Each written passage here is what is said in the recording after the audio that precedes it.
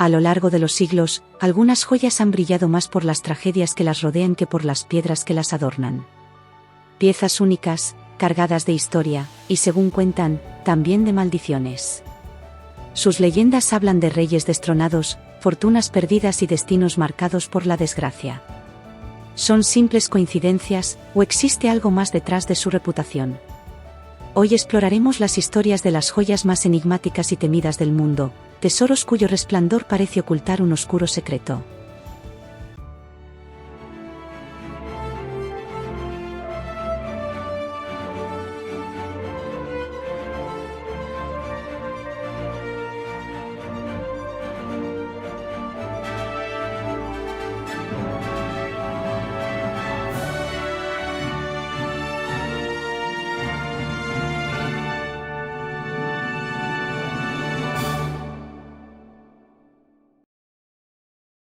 El diamante Koh-i-Noor.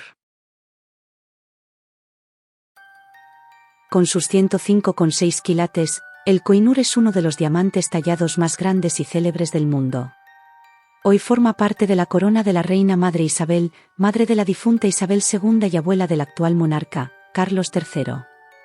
También adornó las anteriores coronas imperiales británicas, aunque pocos recuerdan la leyenda que lo acompaña. Originalmente, el Koh-i-Noor formaba parte del trono del pavo real, una fastuosa pieza incrustada de gemas donde se sentaban los emperadores mogoles de la India. En 1740, tras la invasión persa del imperio mogol, el diamante pasó a manos de Nader Shah, quien lo llevó a Persia y le dio el nombre Koh-i-Noor, montaña de luz. Desde ese momento, su historia comenzó a oscurecerse. Una sucesión de tragedias dio origen a su reputación. El propio Nader Shah fue asesinado poco después de obtenerla. Shah Durrani, gobernante afgano, fue depuesto y encarcelado. Ranjit Singh, Maharaja del Punjab, murió poco después de conseguir el diamante, y su imperio se desintegró tras su muerte. Finalmente, su hijo, Dulep Singh, fue obligado a abdicar y pasó el resto de sus días exiliado en Inglaterra. Así nació la creencia de que ningún hombre puede conservar el Koh-i-Noor sin pagar un alto precio, mientras que solo un dios o una mujer pueden portarlo sin sufrir su maldición. En 1849, tras la anexión del Punjab por la Compañía Británica de las Indias Orientales, el Koh-i-Noor fue entregado a la reina Victoria como símbolo del dominio británico en la India. Sin embargo, la soberana nunca se sintió del todo cómoda al lucirlo, especialmente después de saber por uno de sus asistentes indios que se trataba de un botín de guerra. Su esposo, el príncipe Alberto, tampoco quedó satisfecho con el aspecto de la gema, y ordenó volver a tallarla para realzar su brillo. El resultado fue espectacular, aunque el proceso redujo su peso original de 186 a 105,6 quilates. Tras la muerte de Victoria, el diamante pasó a las coronas consortes de Alejandra, María, y finalmente, Isabel Beauls-Lyon, la reina madre. Cada una lo lució con orgullo, aunque conscientes de la siniestra fama que lo rodeaba. En tiempos recientes, el Koh-i-Noor ha vuelto a ser motivo de debate. India, Irán, Pakistán y Afganistán reclaman su devolución, considerándolo un símbolo del pasado colonial británico. Por ello, durante la coronación de Carlos III, el Palacio de Buckingham decidió que la reina consorte Camila no llevara la corona de la reina madre, donde se encuentra el polémico diamante. En su lugar, utilizó la corona de la reina María, modificada especialmente para la ceremonia, y despojada de cualquier referencia al Koh-i-Noor. Hoy, la legendaria piedra descansa bajo estricta vigilancia en la Torre de Londres, donde sigue brillando ante millones de visitantes, y donde persiste la superstición que ha sobrevivido durante siglos.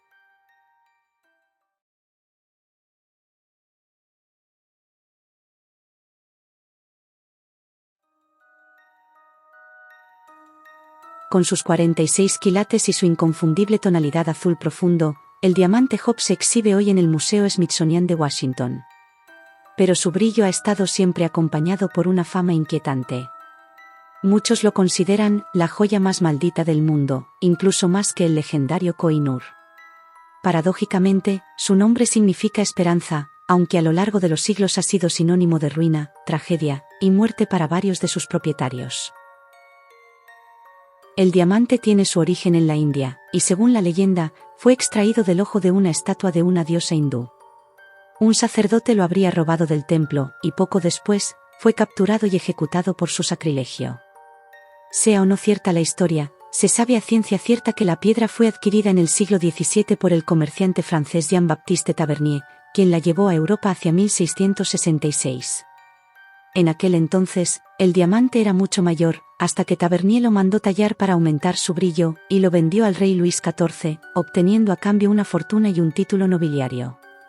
Bajo el reinado de este, el diamante pasó a formar parte de las joyas de la corona francesa, y fue conocido como el diamante azul de Francia por su intenso color, resultado de las impurezas de boro en su estructura. Sin embargo, durante la Revolución Francesa, el diamante desapareció misteriosamente junto con otras joyas reales. Reapareció en Londres en 1812, justo 20 años después del robo, una coincidencia que avivó aún más su leyenda. Para entonces, había sido reducido y recortado, lo que dificultó su identificación inmediata. Fue comprado por el banquero y coleccionista Henry Philip Hope, de quien tomó su actual nombre. Desde entonces, pasó de mano en mano entre aristócratas, joyeros y millonarios fascinados por el aura maldita que lo rodeaba. Su fama más oscura se consolidó con una de sus propietarias más famosas, la heredera estadounidense Evelyn Wallace McLean, una mujer rica, excéntrica y muy conocida en la alta sociedad de Washington. En 1911, adquirió el diamante Hope a través del joyero Pierre Cartier, quien, según se dice, le contó la historia de su maldición para despertar su interés. Evelyn, fascinada por lo insólito, respondió con ironía que una joya maldita le parecía más divertida que una bendecida, y decidió comprarla de inmediato. Desde entonces, su vida comenzó a teñirse de tragedia. Poco después de la compra, su hijo de 9 años murió en un accidente de coche frente a su mansión de Washington. Años más tarde, su hija, una joven de gran belleza, falleció por una sobredosis de pastillas para dormir. Su esposo, Edward McLean, heredero del Washington Post, la abandonó tras caer en la ruina económica y mental, huyendo con otra mujer, y dilapidando gran parte de la fortuna familiar. El periódico quebró, y Evelyn, devastada por las pérdidas y acosada por los acreedores, se refugió en el alcohol y en la vida social, intentando mantener las apariencias de la antigua opulencia. Murió en 1947, sola y endeudada, convencida de que el diamante había traído la desgracia a su familia. Tras la muerte de Evelyn, sus joyas fueron subastadas una a una, como si el destino quisiera despojar a su familia de lo último que quedaba de su esplendor. El Hope acabó en manos del joyero Harry Winston, quien años más tarde, decidió donar la piedra al Museo Smithsonian. Pero ni siquiera entonces la superstición se disipó. En 1958, Winston lo envió al museo dentro de un sencillo paquete de correo ordinario, confiando al cartero la gema más famosa y temida del mundo. Aseguró que era la forma más segura de hacer llegar el diamante sin tener que tocarlo de nuevo. Aunque su reputación de joya maldita sigue viva, muchos historiadores recuerdan que gran parte de esa fama fue alimentada por la prensa sensacionalista de comienzos del siglo XX. Los periódicos de la época se deleitaban en atribuirle desgracias no solo a McLean, sino también a figuras históricas. Una de ellas fue María Antonieta, ejecutada durante la Revolución, aunque no hay prueba alguna de que ella haya llevado la gema. Hoy, el diamante Hope sigue brillando detrás de un cristal blindado, y con él, una historia que mezcla codicia, tragedia y superstición. Un recordatorio de que, a veces, el precio del resplandor puede ser demasiado alto.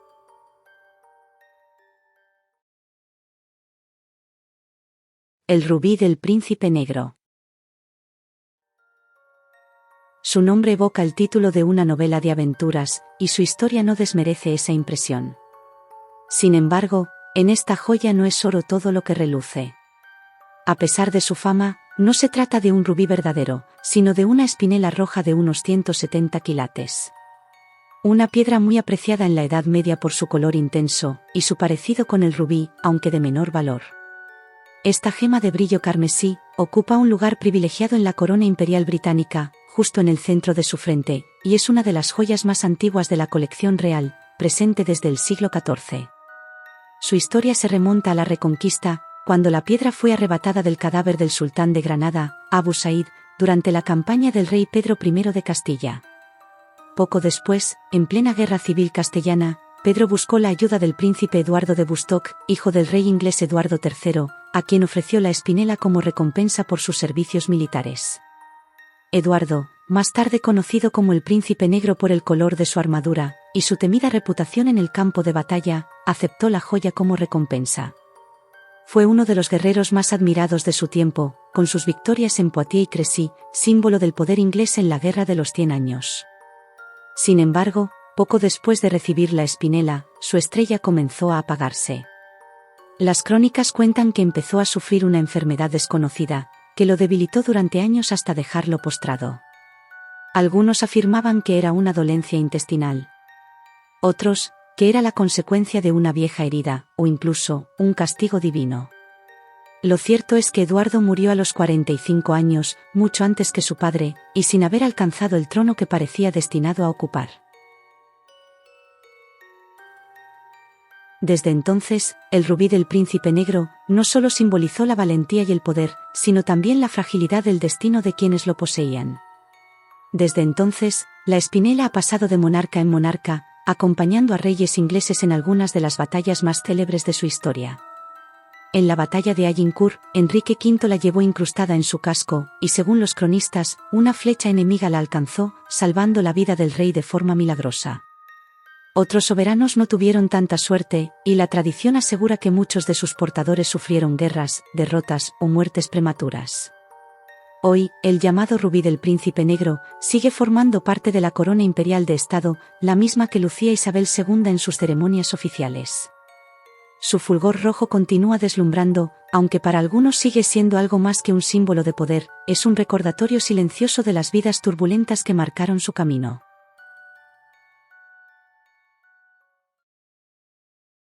El ojo de Brahma, o diamante negro de Orlov. La historia que rodea a este misterioso diamante negro recuerda bastante a la del famoso Job. Según la leyenda, la gema habría sido uno de los ojos de una estatua del dios hindú Brahma, hasta que un sacerdote jesuita la robó, provocando con ello una supuesta maldición. Sin embargo, los especialistas consideran que este relato es poco verosímil, pues en la India no existen yacimientos importantes de diamantes negros.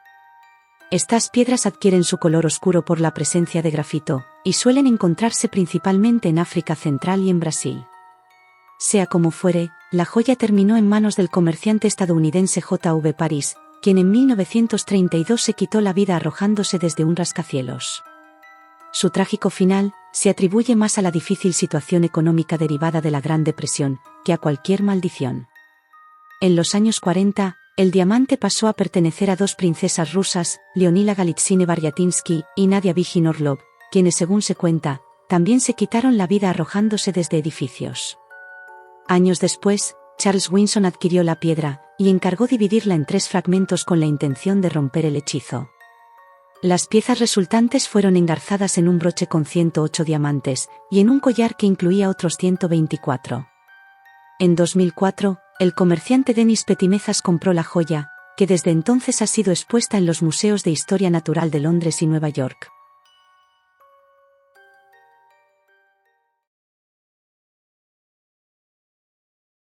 El diamante blanco de Orlov. Parece que la familia Orlov atrajo más de una joya envuelta en historias de infortunio.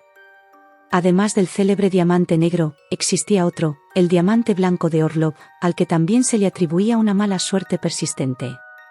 Como en tantas leyendas similares, se decía que la gema formaba parte de una estatua sagrada, en este caso el ojo de una diosa hindú, y como ya se ha visto, robarle los ojos a las divinidades no suele traer buenas consecuencias. Este diamante, de unos 180 quilates, fue un regalo que la zarina Catalina la Grande recibió de su amante, el conde Grigori Grigorievich Orlov, quien le ofreció la piedra como muestra de su lealtad y amor. Orlov fue el líder del golpe de estado de 1762 que derrocó al zar Pedro III, esposo de Catalina, y permitió que ella ascendiera al trono. En honor al regalo, la emperatriz hizo montar el diamante en un cetro diseñado especialmente para la joya, donde aún se conserva. Con el tiempo, sin embargo, el conde perdió el favor de Catalina. Más que una maldición, su caída se debió probablemente a sus constantes infidelidades, y a la antipatía que despertaba entre los consejeros de la zarina. Tras un periodo de retiro, regresó a Moscú en 1782, pero falleció al año siguiente. La tradición popular sostiene que el diamante blanco lo enloqueció, aunque lo más probable es que sufriera de demencia en sus últimos años. Actualmente puede admirarse en la armería del Kremlin, en Moscú.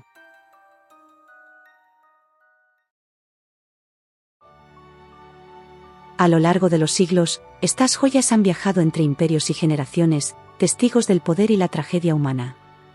Su resplandor ha inspirado ambición y deseo, y a veces ha traído ruina.